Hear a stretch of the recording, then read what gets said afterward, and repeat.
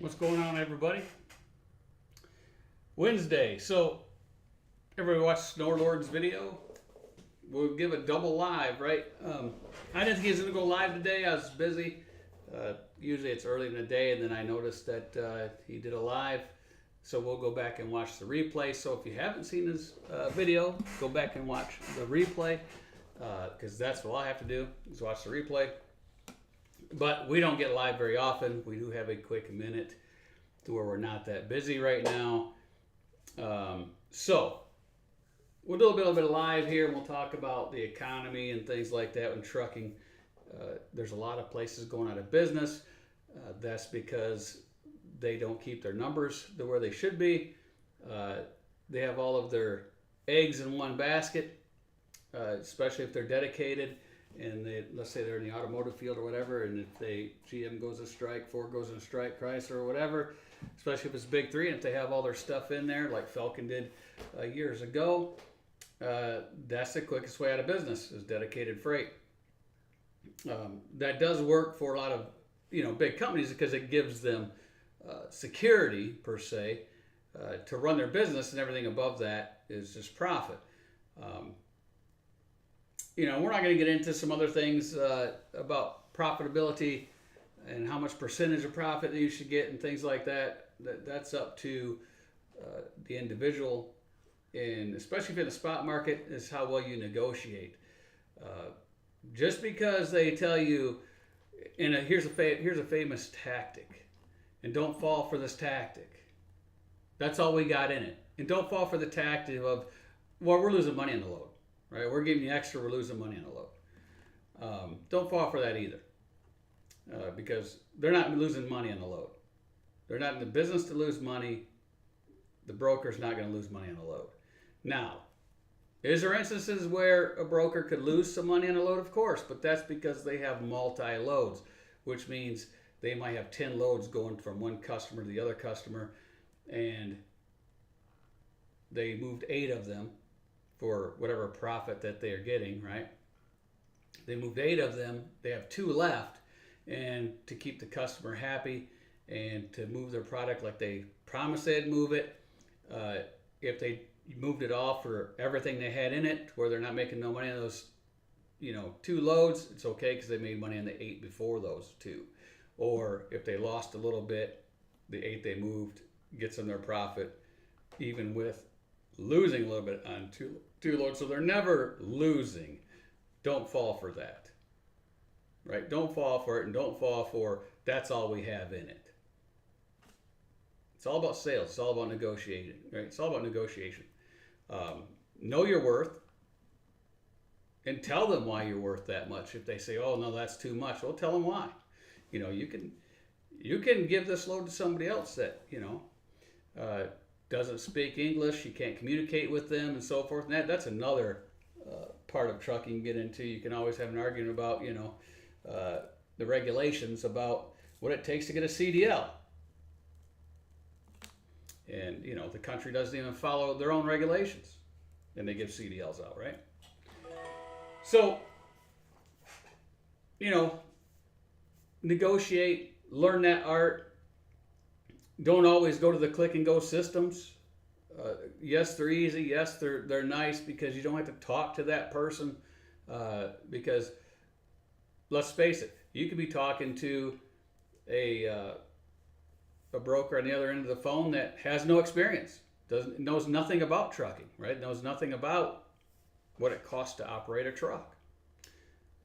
Because if you look at the two businesses, if you look at owning a truck and trailer to owning a brokerage, there is a huge difference in responsibility, and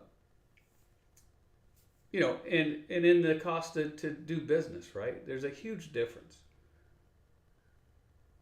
You have more risk as the owner, operator, and carrier than you do as a broker, right? You have more of the risk. You have more of the expense. Because you could look at the expense. Some brokers, if they, let's say you want to start a trucking company. How much does it cost? Anybody know? Depends on the equipment, right? That's your major expense. The equipment and the insurance, if you can get insured or not. Those are the major expenses. So let's just look at right out the gate. You know, if some guy or gal bought a $75,000 truck, middle of the road truck, $25,000 trailer, they got $100,000 invested. It might cost them 20% to get going, so that's $20,000 plus the authority. They might have to put up another $5,000 to $10,000, you know, to get the authority going with the insurance and everything. So that they could have $30,000 invested right out of their pocket, to where a brokerage, you know, everybody's got a computer, right, at home, so there's no expense there. But if you want to go buy one, you can get one down in the $150 range on up to, you know, $50,000 if you want to go to a Mac Pro fully loaded out type of thing. But most people can get by with, you know, the $1,000, $700 computer from Best Buy to run that business, because you don't need a whole lot.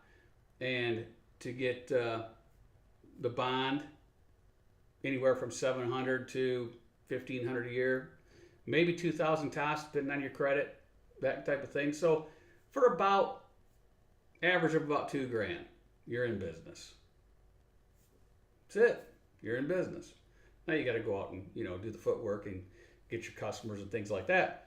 But look at the cost difference. And there is no maintenance, right? There is no maintenance, you know, fuel, oil changes, tires, all the other maintenance, and all the risk of every day driving up down the road than someone that, let's say, works out of their house and sits there and types on a computer. So know your worth, right? You're worth more than that guy or that girl, because you have the equipment that has to get the job done. So know what your expenses are, run the business accordingly. Now, in times like it is now, the ones that survive this environment is the ones that know their cost. They know their cost per day. They know what it takes to pay for everything at their household, everything with that truck, all the maintenance, everything. They know their cost per day. So as long as they adhere to that cost per day, they will always be in business. The ones that don't know their cost per day and they use cost per mile, those are the ones that usually fail, because cost per mile is super variable and there's too many unknowns with it, and you can't make up miles, right? So if you're doing it solely on miles and the cost per mile, you got this cost per mile on what miles? 6,000 a month, 8,000, 10,000? You know, let's say it's 10,000 miles a month, and you go 3 weeks and you're sitting 2 or 3 days. There's no way you're going to make those miles up. None. So you're in the hole. Let's see here. Should I call TQL? Let me see here.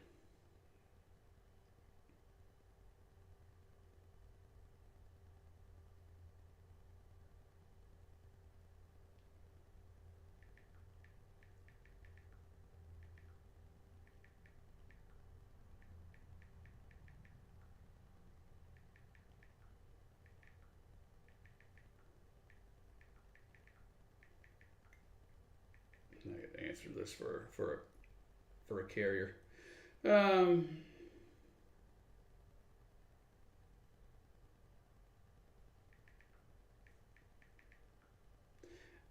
Has a load of onions, right? A load of onions. Says freeze protect. The lows are going to be around 29 and 30. Highs are going to be 55. There's nothing going to hurt those onions in a dry van trailer at that because of the heat, right? They're going to hold the heat during the day, and that trailer will never get to below the freezing mark through those few hours of the night, right? It's just like water and things like that, hauling water in the wintertime. I mean, if it gets up to 34, 35 degrees during the day and 32, 31, it's not going to freeze that water, especially if you leave the truck running and keep the liquid moving in there. Now, onions, right, shouldn't hurt it, because if it's 55 during the day, by the time it gets to below freezing, it's only going to be below for just a few hours. And there's no way it's going to drop the temperature in that trailer, not when the product is in there, it's in the 50s, right? It's just not going to do it. But that's the way it is. And if you have one of the loads and you really worried about it, you could always stick a heater back there, right? You can open the door up, close, and put a heater back there, and that would do it too. So they're not going to put it on your trailer if they know it can't be done, right? Because then that goes for the risk of the shipper too. The shippers know on their product, especially if they get into produce and things like that, of what the temperatures are going to be, where it's going, and they'd say no. And then that's the broker too. If the broker knows his product, knows his customer, then he's going to say, well, we need a reefer for this because there's no way it's going to last, right? So we want a reefer for this, and they're not going to let a van haul that. But anyway, let's see what we got. I didn't even paying attention to comments. I don't even know if any comments came through. I don't have any comments on this page here. Froze my onions off last week. That's from a Facebook user there. I don't know. I don't have the other comments coming through for some reason. They're not flowing through here. So let me take that box off there. Take that box off. All right, so I'll just look at this right here real quick. This other screen I got. To open a truck company is around $40,000 if it's used. Broker is around $10,000 if they get an office. Well, Jose, that's not true either. $10,000 is not. It depends on where you're at. California, you can rent office space for $400, but why even do that if you're a broker just starting? Most of them start right out of their house. Why have that extra expense when you got a house? If they have a house or even an apartment, because all they're doing is phone calling everything. No one goes to their place, or they can go out and hit the streets, right, and hand out their materials to shippers and things like that. I personally, if you're going to do that to save money, you'd open out of your house, but you can find an office space for $400 to $500 a month. Because most office buildings will rent you spaces like that for that. So initial cost right there be $400. The insurance doesn't cost you that much. Average is about $1,200 to $1,300 middle of the road to get that bond when you first start, and then of course to get your numbers. So about $2,000, $2,500 tops. So it's huge difference. Huge, because not only that, you don't have the cost of repairs and everything. Because right off the bat, right, what can happen to a carrier? So a guy gets his trailer gets going on the road, and first thing he has is a breakdown. Or he blows a tire, right? Let's say he goes down the road and he goes over some railroad tracks and it blows 2 tires. You're looking at $1,000 right off the bat. Boom, there it goes. What's the broker's expense? If he books a load with somebody and there's not that expense, right? They don't have that risk. They don't have that risk of, a motorist running into the back of the trailer or running in the truck, or the truck getting an accident, or they don't have that risk of, let's say the turbo goes out and it's $7,000 to $8,000. There just isn't that risk. So it's a lot easier business to open. Now, is it easier to make money? Absolutely not. Right? A carrier, it's easier to make money because you can get on any of the load boards and start hauling freight. Yes, right off the bat, you might be limited on who will work with you, but that goes with the broker side too. Right? Because a lot of these guys and gals out there are using factoring companies, and if a factoring company sees that a brokerage is 6 months or less, a lot of times they won't even approve them. So it might be harder for that individual to, he might get a nice contract with a shipper, but he might have problems of getting it covered because has no credit with anybody. Now, if they're with a funding company, then it's okay, because then usually their funding companies for brokerages will, do quick pay, with the carriers that haul that person's loads. So, it's harder to make money with the brokers right off the bat, because you have to get out there and do all the legwork and find a customer, compared to a carrier where all you got to do is get on a DAT board, 123LoadBoard, truck stop, any of those load boards. and you're off and running. Huge difference on money you can make, or how easy. I'll put it this way: it's a big difference on how easy it is to start making money. We can agree on that, right? It's easier to make money if you buy a tractor trailer to get jobs than it is for a broker to get jobs if you're just starting, because you know, you can just go to one platform and there's the loads are, and you find somebody to haul the load, to where it's harder to get into that shipper's door or that customer's door and let them give you the work when they've already got somebody doing it for them, right? You have to go in there and sell yourself. You have to sell them something. You have to sell them why you're better than the people they're using already to try to get that business. So it's a harder game to crack. 5-year return on just the authority investment alone, says TJ. What else we got? If a person gets their own authority in today's market, how long, in your opinion, will it take on average to get the return on that said initial investment? It depends, TJ. It could be a lot, right? Depends on their investment, because some guys could start out and not have a whole lot out there when they get their authority. They might only be $2,000 or $3,000 with the insurance and everything, because they might have got their truck with no money down. They might have got a trailer with no money down. Depends on credit. So that just depends on that initial investment. All right, so if you got a $40,000 initial investment, you can get all that back in a year, as long as you run well, you get decent paying freight, your numbers, you don't have a whole lot of home expenses. You can easily bank that kind of money in a year, but it just depends. Everybody's business is different. So some people could take 2 years, some could take 3. It just all depends. TJ, $20, man, come on. What are you doing?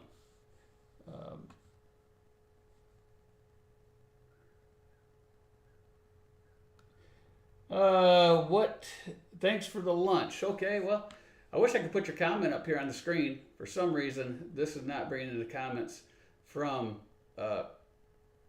YouTube. It's only bringing in from Facebook. I don't know why that's not connecting, but it is what it is. So, is it the worst that I've seen? Well, yes, in an aspect of number of people going out of business, number of big companies going out of business, especially hitting brokers. There's another one going out. There is another trucking company that filed bankruptcy. They're pretty big in certain markets. So yes, it is pretty bad in that aspect. In 32 years now or something, I lost track, but it's over 30 years in this business, and it is really bad. And when I say that, hasn't been a raise in trucking, there hasn't been a raise in trucking.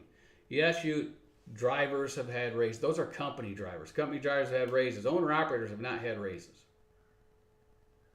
Period. And no one can say they did. Period. Because if they did, there would never be $1.25 a mile freight, correct? Can we all agree on that? Because you go back in the early 1990s and you could haul freight at $1.25. If there was a raise, it would never get to $1.25. Ever. And don't bring, BS supply and demand in it and all that. That has nothing to do with it. We're talking raise. So 30 years ago, you could haul for $1.25. 30 years later, still got cross-country loads wanting to pay $1.25 in today's environment. There is no raise there. Can we agree with that? There is no raise there? Actually, it's a loss. You've lost money. It even pays less. Why? Because look how much more everything cost. You go back in the early 90s, you get diesel for 80, 90 cents a gallon. Now it's $4 or $5, $6, $7, depending on where you're at. Tolls were half the price back then. What else? If the taxes, tires.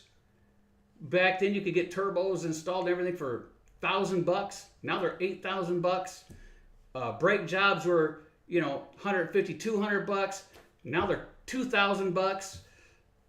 It go on and on and on with the cost difference. So actually, it's a pay decrease. It's a pay decrease, not increase. Plus you have DF, correct. Plus now you got extra crap to throw in there to add onto the top. Right? You got DEF to buy now. And that was like $1 something a gallon at first come out. Oh yeah, it's cheap. Now they're like, oh well, we can really rake them over the coals. Let's charge $3 now. And back then parking was free everywhere. Now they want $15, $20 to park. Showers were free. Then they went to $3. Then we're $5. And then they went to $7, $10, $15. So all the expenses went up for trucking, but the rates have never gone up. The rates have never gone up to equal the price difference of everything. Because if it did, there wouldn't be 2,000-mile runs paying $1.25 or $1.30, because 20, 30 years ago, that's what you could get. So there you go. What's up, Rockin' Van Life? What's going on? Shadow Wolf in the house. 20 years ago, 2,500 repair clutch. This week costing 7,600. That's right, Jose. And the rates are the same as 30 years ago, right? They are. Yeah, we had a big boom there for a while, when the COVID thing and all that, COVID, you had the low rates and stuff, which were basically like they are now. I mean, they were hitting rock bottom like that. And then all of a sudden, when everything started busting loose, we had that really good time period there to where, it was $3.54, $5 a mile everywhere you went. Now we're back down there to the lowest levels around, right? We're back down in that area. So, and brokers just hurt themselves, right? They hurt themselves because people ask, well, if, how these big brokers are going out of business when they're making billions, say, well, if they're keeping all this percentage and everything, how are they doing it? Well, because they're using the receivables to pay their stuff, and they're trying to do it on volume. And when they've done this and they're owing 30, 40, 50, 60 days before they're paying, and then the market goes in a tank, the receivables coming in doesn't equal what they spent on that other money. So they're starting to lose money, right? They're starting to bleed money, and the market didn't come back fast enough. So they're bleeding faster than the money coming in, which makes it an inevitable part of filing Chapter 11 or Chapter 7. So it's a new era, right? It's a new era. What's going on? What's up, Big Face Trucker? Was in the house. 52 views and 16 likes and all that good stuff. Yeah, so LBC, say it, Jeff. Back in my day. Yeah, well, that's right, LBC. Back in my day, right? We were hauling for the same prices today. Back in my day. So where's the raise? And you'll see a lot of companies, and it's already came out, right? Drivers are starting to take pay cuts. These big mega carriers, people like to call them, are having to cut driver pay. Why? Because they're not making the money. Not even on their direct customer, they're not making the money. So they got to cut it somewhere. And who pays the price? The driver, of course.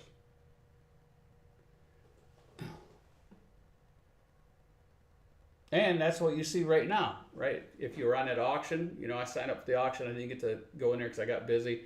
I was going to go in there and watch the auction and on those trucks from that company in trailers, and I was going to buy, maybe 1 or 2 trucks and a couple trailers. If you get them at, really, really, really pennies on the dollar price, but I got busy and missed the auction. But there'll be another one, right? There's going to be another one. That's just like with trailer sales. A month ago, my trailer guy I use up here, one of them, oh yeah, we still got those 2 new ones here. You want one? Well, how much you want for it? Well, we want 60. So you ain't gonna get 60. You're trying to get it back when, COVID garbage around and there was no trailers. You guys are gonna have to eat. You're gonna have to take a loss on that trailer. If you pay the factory 50 grand, guess what? That trailer's only worth 39 right now. New. And anybody gives you 50 is out of their mind. Because now, I got several emails the other day. Brand new ones, 250 trailers coming into this dealership. And they're trying to blow them out at 39 grand. Brand new. So anybody that bought a used trailer for more than, they're underwater. Because some of these guys sold their trailers for 40 or 50 grand, which was smart, right? Liquidate some of your older assets for big money, hold that money, rent a trailer, and then when the trailers come back down, you get a brand new trailer, and you got cash in your pocket. That would be a smart business move, right? Kind of same thing with a truck. If you had a truck back then and you owed 50 grand on it, you could have sold it for 125, pocket 75 grand, sit on the sidelines. Now you can come back in and get a really, really nice truck for that, probably with 1/3 of the miles on it that you had on the one you sold for that big price, and you're better off in the game. So you just got to take advantage of, when something like this happens. So that's why I'm still sitting on the sidelines and waiting for the prices to go even down lower. Used trailers are going way down. People ask me all the time if I want to buy their trailers. I don't want to buy their trailers because I cannot give them what they owe on them. I'll give them half is what I'll give you half because I know that's where I can get that trailer from in another couple months. I don't need to go get trailers. I can rent them all day long. Even those, are plentiful now. Used to you couldn't even get one.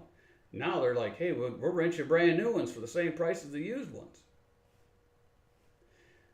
It's a different ball game right now. So just hold on, people. If you're in the market for trucks and trailers, hold on. Hold on another month or so and see the price drop. Save yourself some money. And interest rates might drop too, right? We got an election coming next year. So these high interest rates on home mortgages and commercial loans and all that, they're going to go down because you're not going to have a chance of getting back in office if you don't do something to drive down some diesel price, gas price, and interest rates. Because the interest rates keep going up, no way you're getting back in office. No way.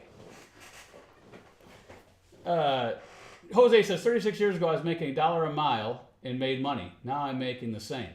Exactly, Jose. That's what I was talking about. When I said trucking has not had a raise in 30 years, they have not had a raise in 30 years because if they did, they would not be making the same per mile on these loads. Period. That's like I gave a example, like a shop worker, right? 30 years ago, what did they make? 10, 12 bucks an hour. Now they're at 28 to 30 bucks an hour. They just gave a 25% pay raise, plus the benefits and all that good stuff. Car companies making record profits. All these people making record profits, and all the goods are transported by truck, but the truck isn't making record profits. Why is that? Because it went to free market, and now it's called negotiation skills. And hate to say it, but a lot of people get in this business that know nothing about cost of running the business, and they don't have the negotiation skills. So if you're fighting with a middleman and you are negotiating with that person, you got to be a better negotiator. But then it's hard to do when you got, millions of trucks out there. You could have hundreds of trucks calling for the same load, and they know that they're going to find somebody that doesn't know that skill, and they're going to get it moved for a lot less money. That's just the nature of the beast. If you stick to your guns, you'll get the money, right? You'll get a broker that'll give you the money, because they'll want to move. Plus, if you have a really good, reputation with them, and they know you get it there, they know they don't have to babysit you and all this stuff. They don't have to worry about your product. You're a great communicator. They know if something happens to your truck, you have a breakdown, you're going to call them right away. To me, that's worth a lot of money. So you give that load, and you sacrifice your bottom line a little bit, and you give that guy all the money he wants. You don't have to worry about it. And then the ones that don't know their costs and don't know how to negotiate, then I guess that's where you make more money. Our country's headed down. Look at our debt and how many people are spoiled to the good times. Good times being us soft people. That's true. Most mega carriers were publicly traded companies and answer to shareholders. That's right. Welcome back. That's right. And you got to look at that too. So if you're looking up how much a trucking company profit is and how much a brokerage profit is, there is a huge difference. I mean, if you look at, let's say, C.H. Robinson, and you go through their sheet, their spreadsheets and everything, and you see on the SEC their filings, and you see that they made a 6% profit or an 8% profit, they're making a whole lot more than 8% on the loads, folks. That's not what that means. It's not what that means. Because when you get to the profit, that means all expenses. That means all the buildings that they own. That means everything. All the people they pay.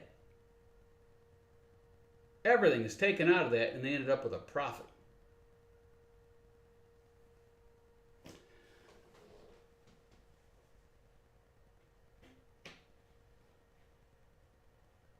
What's up, Cool Trucking? How's it going? Now let me go over here and see. I wish this other one worked right here, but we only got the one thing. I can't get it to connect. So we'll work on that connection later, but let's just go through these here and see. Let me go back up.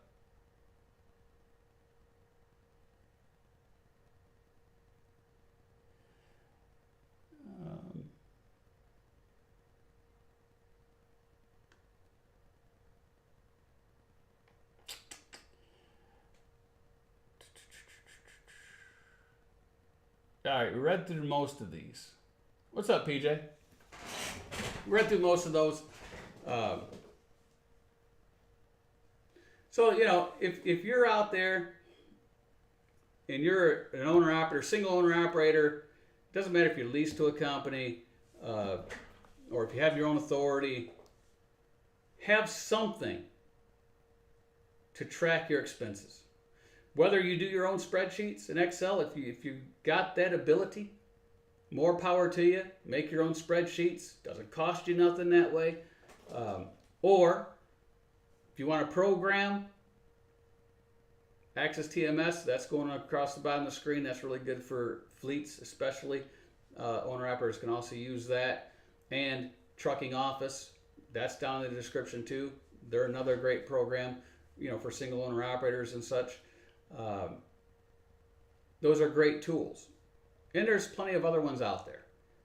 But have some type of tool to track your expenses. Know your daily cost. Because if you know these, then you can minimize the risk, the financial risk. For people that don't know their expenses, they just know their cost per mile, they're more likely to go out of business than the guy that knows their cost per day. Because every business has a cost per day. Every one. It works for every single business. Because every business has its daily cost. Whether you own your equipment or you owe somebody else for your equipment, there's still a daily cost to run that business. So, have something that helps you out. Plus, it's easier at tax time. If you want to save money, and I get some phone calls, especially with contractors that work here. They're better, their boss will call me up and say, "Can I talk to you for a little bit? It's about taxes. It's about this. It's about we're a corporation. My accountant's doing this to me. They're charging me this much money, and can I do it myself?" And I says, "Sure, you can do it yourself. It's not that hard. I use these programs," and I tell them the programs I use. I said it won't cost you. It costs you way less to use these programs, and it's all they're doing is plugging it into these programs or a program like it. So therefore, you could save thousands of dollars a year. That's one savings right there. And when it comes tax time to the taxes, you get this other program that's not that expensive, and you just plug the numbers. It's just plug and play. You take your spreadsheet, profit and loss statement from your business for the year, and plug the numbers into the other program, and it's done. And the one's a monthly subscription, and let's say it costs you $300 a year, and the other one you pay $60-$70. It does both your taxes, corporate and regular, and that's $70. So you could be less than $400 a year. And then some of these folks are paying $3 or $4 grand a year for an accountant when they could do it themselves, even if it's payroll, because there's payroll things out there, and I've probably got a link in the one that we use that is really inexpensive, especially for one person. And that does all the filings for you to the government, to your taxes for the states and things like that. So that helps you out too.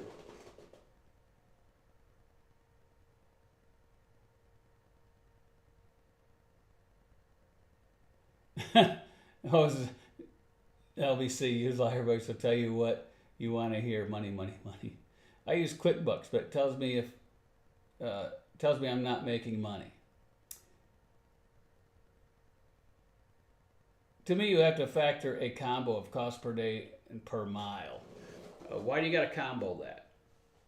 That's what I like to know. Why do you got to combo that? It's nice to know your cost per mile. And if you use one of these trucking programs, you'll know your cost per mile. That's why that's a little bit better than a QuickBooks thing.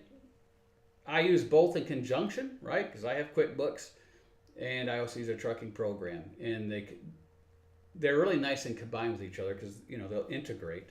But the trucking program breaks it down by mile, right? It'll tell you how much per mile, your cost per mile, and all that, where QuickBooks won't. But you can figure it out. Just do the calculation. But the cost per day is really all you need. It doesn't matter what the per mile is on these loads, because if you need $400 a day and you take a load that nets you $800 per day, you're making double what you need. Does it really matter what the rate per mile was? No, it doesn't. Now, if that rate per mile, let's say you say I need a rate per mile of $2.25 a mile, and the load pays $2. You don't haul none of the $2 a mile freight. There's people out there, right? They'll sit days and days. I'm not hauling for less than this per mile. Well, guess what? When they finally haul one, I got $2.75 a mile. Well, they didn't need $2.75. They need $6 a mile. Why? Because they sat for 2 or 3 days, and they didn't figure that in there, because all they figuring is, this is what I need, $2.25 a mile. But they pass up on all this other freight that they could make money on. But in their mindset, they have that mindset, that mentality, I'm not hauling cheap freight, I'm not hauling for less than this per mile. And of course, that cheap freight term is different for everybody. Different for everybody. If you look at cost per day and you run by cost per day, then you're not concentrating on what the rate per mile is. You're concentrating on what the load pays and how many days it's going to involve, and will you be profitable at the end of the day for those days you're on that run. For instance, if you get on a load that's 2,000 miles, takes you 5 days because it has 13 stops, but it pays you $8 grand, That's $1,600 a day that you be on the load. Take all your fuel out, take your percentage out, and say, okay, I need $300 a day to be profitable. At the end of the 5 days, I need $1,500. Then after everything's said and done, you net $3,000. That's double. It didn't matter if it paid $1.50 a mile or $3 a mile or $4. It didn't matter. The per mile doesn't matter. It matters on cost per day and how much that your business and your home expenses. That's why you put it all together. How much does that cost you per day to stay in business? Because, yeah, if you don't put your home expenses in there and everything you have at home, you're not doing your business justice, because if you have no one else at home that makes money and you have to pay for all of it, then you need to include all of it. Yes, your business could be profitable on the business side, but not on the home front side, because if you ain't making enough to pay your home bills, then the business is going to fail, because bankruptcy is right there around the corner, because you're either bankrupt business-wise or bankrupt personal-wise. So that's why you got to include it all, know that cost per day, and as long as you hit that number for every single day of the month, you're in business. Now let's see, got a text here. What's this say?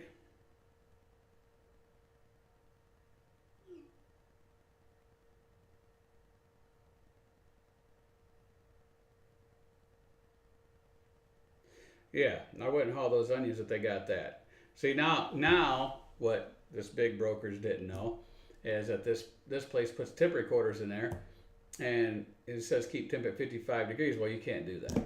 You can't do that load, because if it gets down, let's say it gets down to 35, 40 at night, there's no way to keep that at that degrees in a dry van trailer. Come on, that's just a claim waiting to happen, right? I'm gonna put in here, don't haul it. I'll tell them not to haul it. Help this other carrier out. Don't haul it. Haul something else. There's always something else that you don't have to worry about all that garbage, right?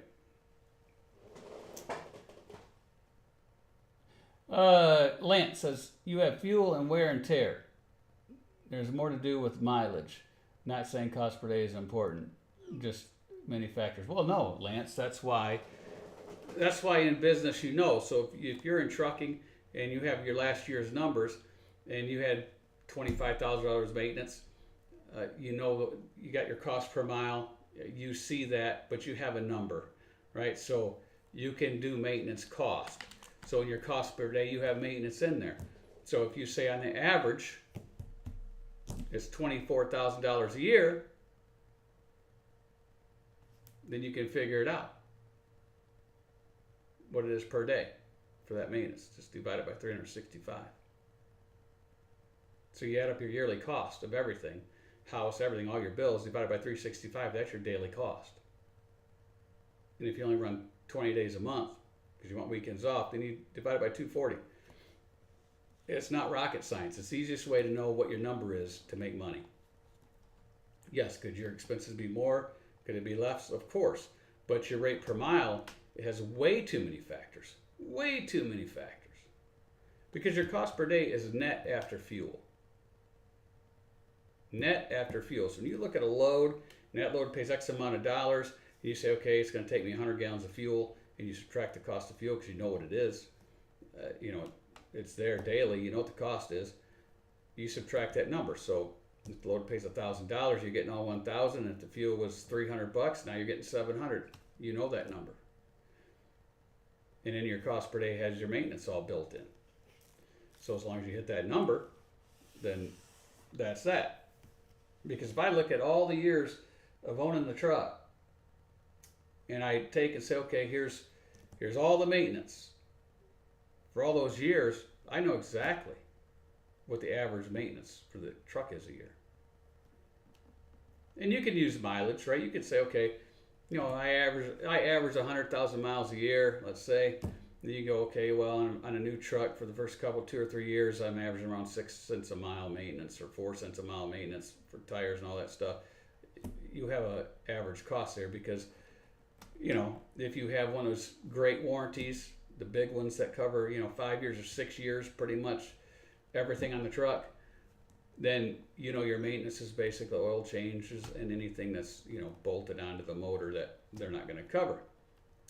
So you can kind of add in a few more cents per mile, if you're doing the mileage thing for that.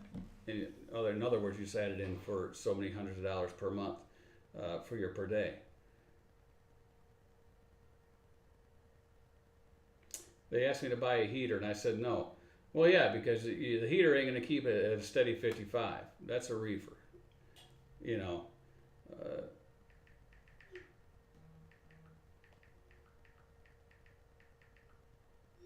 just tell that broker, sorry, dude.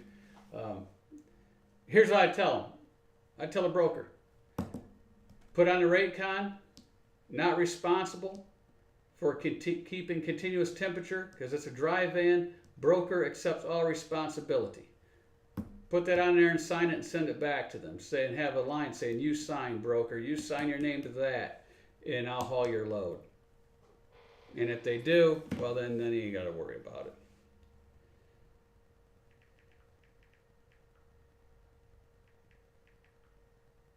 Right, have them sign you're not responsible for the product.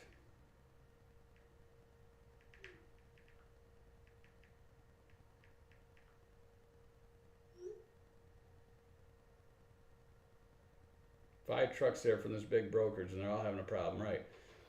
Have them sign saying you're not responsible for the product. And I've had brokers do that. We said, hey, this could freeze. And they send an email saying, we release carrier of all responsibility of the product. Had that happen. So then we haul the load because they're taking responsibility. Because the broker could have their own cargo insurance. And they're saying, well, you know what, we'll take that hit if it doesn't. Because they might know that the receiver on the other end doesn't care that, there's a thing in there. They really don't go by that. There's a lot of unknowns that, that they don't relate to a carrier. So if they want to release you of all responsibility and put it in writing, then they release you of all responsibility.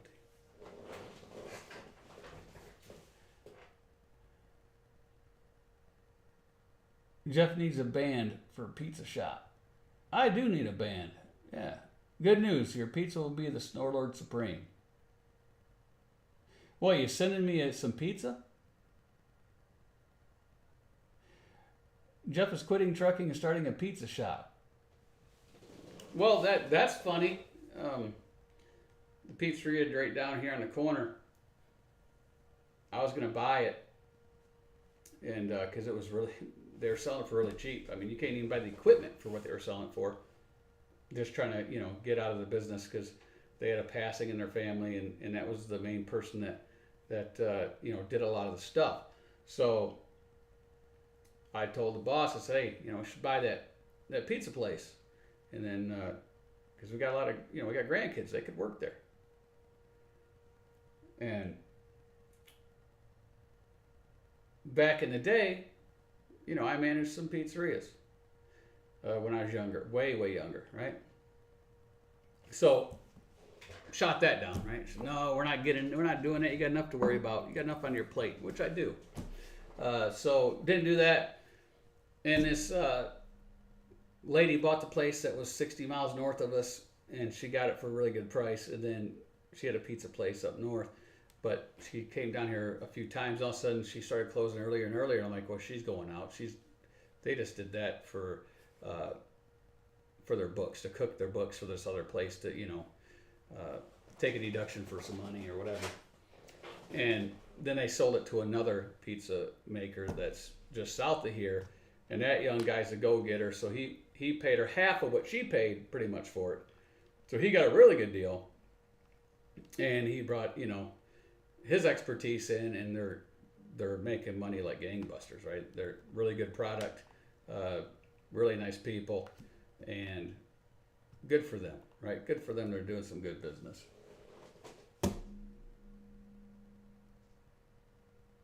How do trailer heaters work? Well, Glenn, it's called, you take a big long extension cord and you plug it into your generator, and you open the door of the trailer and you stick it back there overnight, and then in the morning you unplug it and you take it back out. That's how that works. That's how that works. Let me see what else we got going on. We got some more things coming in here.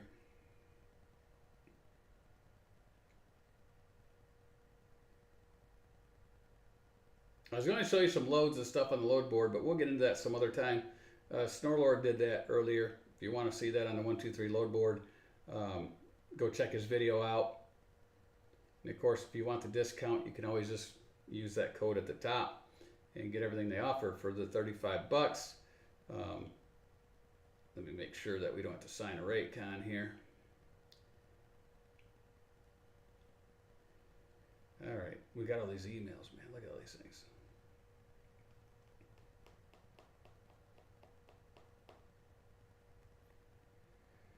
Yeah.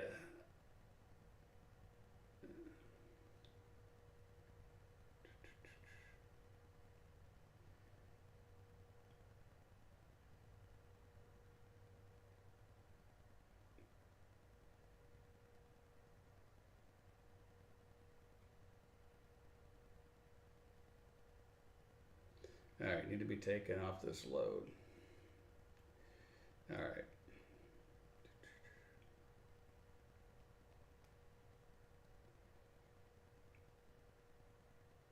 Unassigned from the load, okay. Yeah, that's another thing that, you know, that's bad in this trucking business is, you know, we have to sit there and we're at the mercy of these shippers and receivers. And, you know, the brokers get mad at you, you know, if they say, well, you know, you got to be here at this time, do this, this, and this. But yet when you get there and these people, you know, don't treat your time like it's worth anything, like, you know, you're not worth anything, and you sit there all day long, and you know, then the broker just keeps making excuses. No, that's not how it is.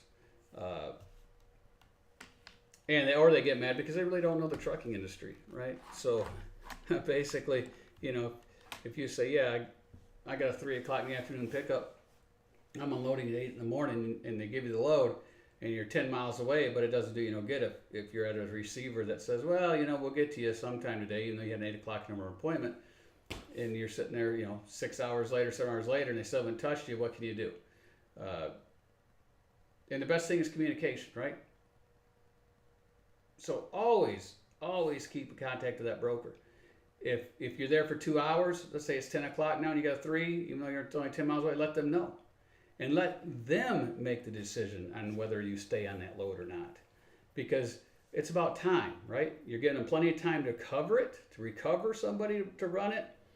And if they say, no, you know, we're still good, and they come, you know, check in every hour, and you check in every hour, and if at the last hour they take you up and try to move it, you know, that's on them for taking all day. But at least you communicated, right?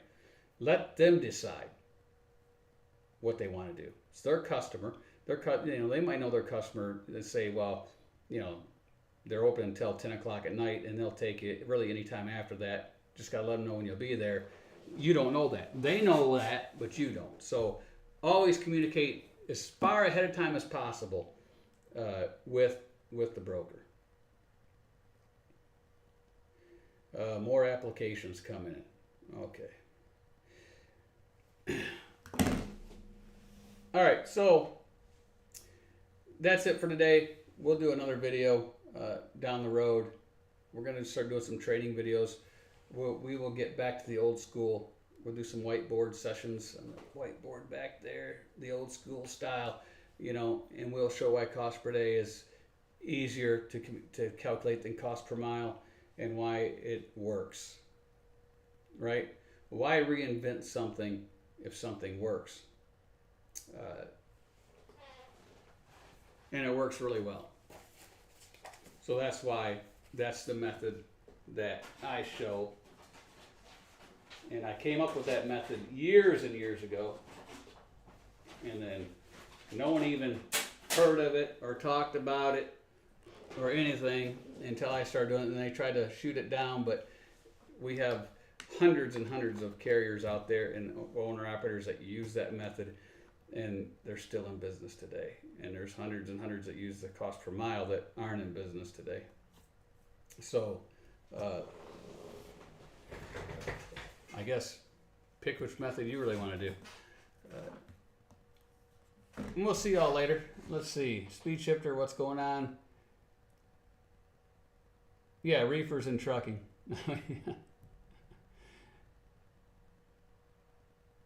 Mac the trucker says it's the only way, in my opinion. Hey Mac, give me a call. As soon as I end this live feed, give me a call. I seen you called, I think it was last night, but I was busy. Give me a ring as soon as I hit the off button. Talk to Big Mac today. Are you planning on offering lease purchase deals? Yes, we've done lease purchase deals already. Good time to sum. Don, NAT. Don, did you buy NAT when I told you to buy NAT back when it was like $1.80 or $2 a share? Anybody that got an NAT, they're loving it right about now, right, Don? If you're talking about the stock, Nordic Tank Lines. Last I checked, they were like $4.64. They more than doubled in just, a short period of time.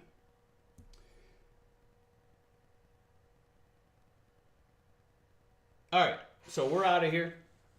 We will see y'all later. Let's end it with some schools in session. Why not? Let's hear the bell ring.